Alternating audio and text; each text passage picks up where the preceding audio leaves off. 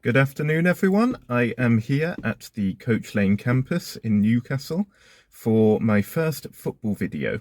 And today's match is Newcastle East End against Cramlington United. So we are only 2 games into the season. However, it does appear to have been a good start for both of them, both being unbeaten. So starting with the home side, it's Newcastle East End, who have 4 points. They started the season with a 3-all draw against Ponteland United.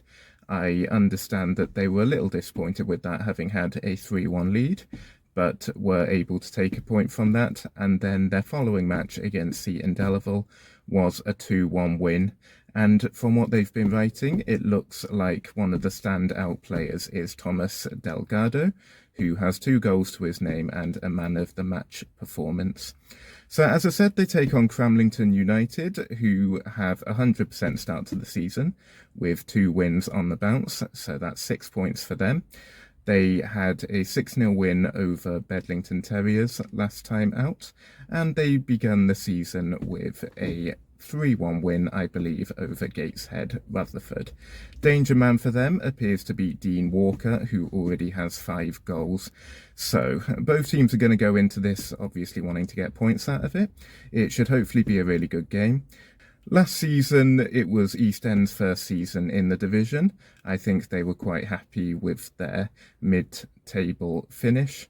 And Cramlington finished a little bit lower in 12th position, I believe. So they'll be happy with the 100% start that they've made. So all to play for today. We'll see what happens. It does look like we're going to get a little bit of rain, but the beauty of football is that we can actually play in the rain, unlike cricket. So I will catch up with you guys later with some team news, hopefully. I won't be giving any updates during the game. The video will just show highlights, and then you'll get some thoughts from me afterwards.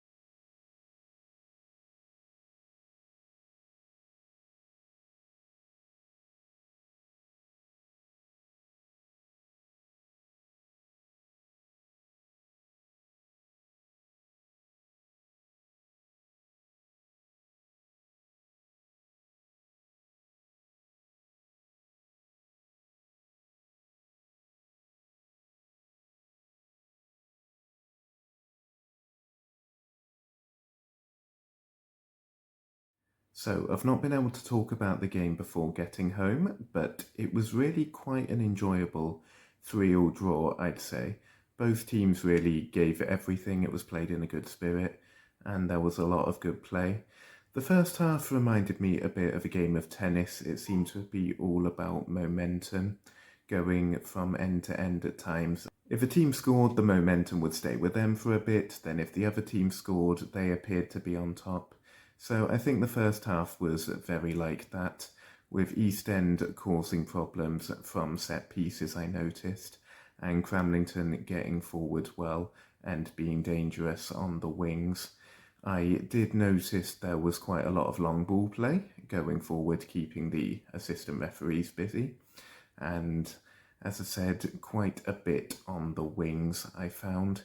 In the second half, Cramlington took the lead for the third time, and that was through an indirect free kick, which was slipped to Dan Lowther, who bagged his second goal of the game.